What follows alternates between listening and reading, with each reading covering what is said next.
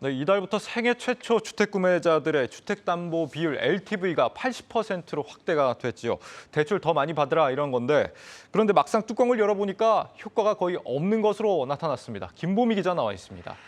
김 기자, 이 집값에 이제 몇 %까지 대출을 해주느냐 이게 지금 LTV잖아요. 원래 이제 생애 최초의 경우에는 한 5, 60% 정도 해줬었는데 이게 지금 80%로 늘어난 겁니다. 그런데 한도가 늘어나는 효과가 없다고요? 네, 그렇습니다. 이 지난달 기준 전국 아파트 이제 중위 가격이 한 5억 1천만 원 정도였는데요. 이를 담보로 금리 4.04%에 이 40년 만기 주담대를 받는다라고 좀 가정을 해보면요.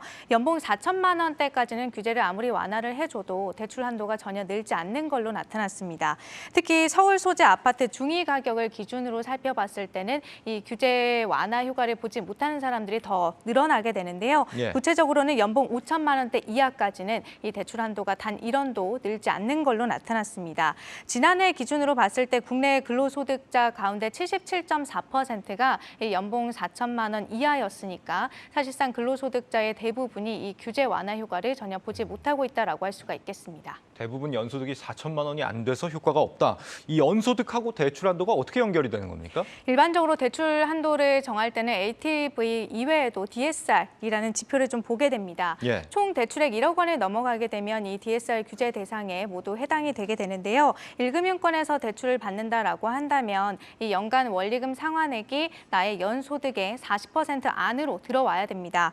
그런데 이번에 정부는 생애 최초 주택 구입자들을 위해서 LTV는 완화를 했지만 DSR은 이전과 동일하게 적용하기로 했거든요. 바로 이 지점에서 규제 완화 효과가 묻혀버린 겁니다. 앞서 살펴봤던 이 서울 소재 아파트 사례를 조금 더 자세히 좀 들여다보면 지난달 기준 서울 아파트 중위 가격이 9억 2천만 원 가량입니다.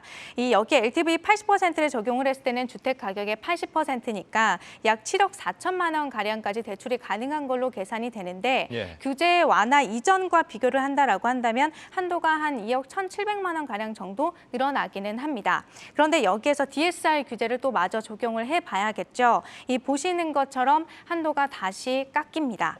일반적으로 이 대출 한도는 LTV와 그리고 DSR을 각각 산출을 해서 가장 낮은 금액을 대출 한도로 잡기 때문에 이 LTV를 늘려줘도 DSR로 인해서 이렇게 좀 발목이 잡히는 경우가 덜어 있는데요. 특히 연소득이 상대적으로 낮은 분들일수록 이런 케이스가 좀 많았습니다. 그래서 LTV 완화를 해줬어도 직장인 10명 중에 8명은 효과가 거의 없다 이런 얘기고. 네. 그렇다고 또 DSR 규제를 풀어주면은 요즘같이 금리 상승기에는 또 위험한 거 아닙니까? 네, 맞습니다. 때문에 이렇게 상대적으로 연봉이 낮아서 이 주택 마련에 좀 힘들어하시는 분들을 위해서는 정책 금융 상품을 통해서 또 사다리를 놓아주어야 하는데요. 정작 디딤돌 대출이나 보금자리론의 경우에는 최대 한도가 한 2, 3억 원 수준에 불과하고요. 또 심지어 주택 평가액이 6억 원이 넘는 경우에는 아예 대출을 받을 수가 없어서 이 서울이나 또 수도권에 소재하고 있는 아파트나 주택을 마련하는 사람들에게는 이 접근성이 떨어진다라는 지적이 나옵니다. 여기에 대출 금리 역시 이제는 시중은행과 아예 비슷하거나 조금 더 높이 올라가는 좀 상황이어서 정책 금융 상품으로서의 이점을 잃어버린 상황입니다. 자료 화면에서 좀 보시면 디딤돌 대출의 경우에는 금리가 굉장히 낮은 편이기는 한데요. 대신에 대출 한도도 그만큼 2억 원 수준으로 또 낮아서 다소 아쉽다라는 반응들이 나오고 있습니다. 예, LTV 완화라는 게 결국 빚 좋은 개살구다 이런 얘기인데 그래도 일부 고연봉자들의 경우에는 좀 한도가 늘어난 효과 같은 게 있지 않을까요? 어떻습니까? 네, 있기는 합니다. 물론 이 연봉 6천만 원을 넘는 사람들의 경우에는요, 이 대출 한도가 기존 4억 원에서 6억 원으로 최대 한 2억 원 정도 늘기는 합니다. 예. 다만 집값이 7억 5천만 원을 넘는 경우에는 대출 한도가 모두 6억 원으로 동일하게 잡히게 되는데요. 이 전문가들 사이에서는 사실 DSR 40%를 맞췄다라고 한다면 대출 자산을 어느 정도 안정적으로 관리할 수 있는 수준이다라고 판단을 할 수가 있는데 그럼에도 불구하고 이 한도 상한을 걸어둠으로 인해서 규제 완화 효과를 반감시켰다라는 또 지적이 나옵니다. 참고로 이 연봉 8천만 원 이상의 경우에는 6억 원 한도 상한 조건만 없애도 지금보다 적게는 한 3,400만 원에서 1억 원 가량 대출을 더 추가로 더 받을 수 있는 것으로 나타났습니다. 그러니까 대다수 근로자들은 LTV를 완화해줘도 효과가 전혀 없고 고소득자 같은 경우는 여유가 충분히 있는데도 한도가 막혀서 어렵다 이런 거네요. 네, 맞습니다.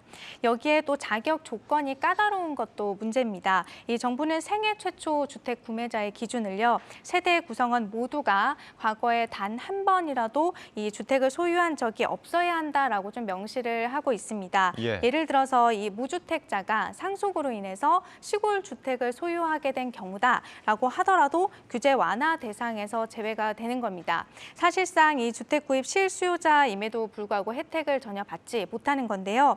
정책 연구기관 중 한 곳인 KDI는 LTV 80% 적용 대상을 무주택자로 확대해야 한다라고 제언하기도 했는데 이 생애 최초 주택 구입자를 위한 LTV 완화 방안이 여러 면에서 섬세하지 못했다라는 지적이 나옵니다. 보완해야 되는 거 아닙니까? 맞습니다. 우선 이 LTV 추가 완화 여부는 가계 부채와 그리고 부동산 시장 상황을 고려해서 이 추가적으로 추진을 하겠다라는 입장이고요. DSR로 인한 이 대출한도 제약과 관련해서는 청년층의 경우에는 장래 소득 인정 비율을 높여서 대출을 더 많이 받도록 하겠다라고 지금 예고를 한 상황입니다. 현재의 소득 수준보다도 한도를 더 늘려주겠다 이런 거죠? 네, 맞습니다. 다만 이럴 경우에는 연령대가 낮을수록 이 현재 소득 대비 원리금 상환 비율이 과도하게 높아질 수가 있어서 이 금융시장의 불안을 초래할 수 있다라는 우려가 있고요. 또 장래 소득 증가율을 반영했다 하더라도 추후에 그만큼 소득이 늘어나지 않는다면 그 리스크는 또 금융회사가 온전히 감당을 해야 되거든요. 때문에 이러한 리스크 관리 차원에서 이 금융회사가 만약에 대출 금리를 또 높게 산정을 한다면 이자 부담이 더 늘어날 수가 있어서 보완책으로는 또 부족하다라는 지적이 나옵니다. 네, 사실 뭐 대출을 더해줄 게 아니라 집값을 안정시키면 해소될 문제 같습니다. 김보미 기자였습니다.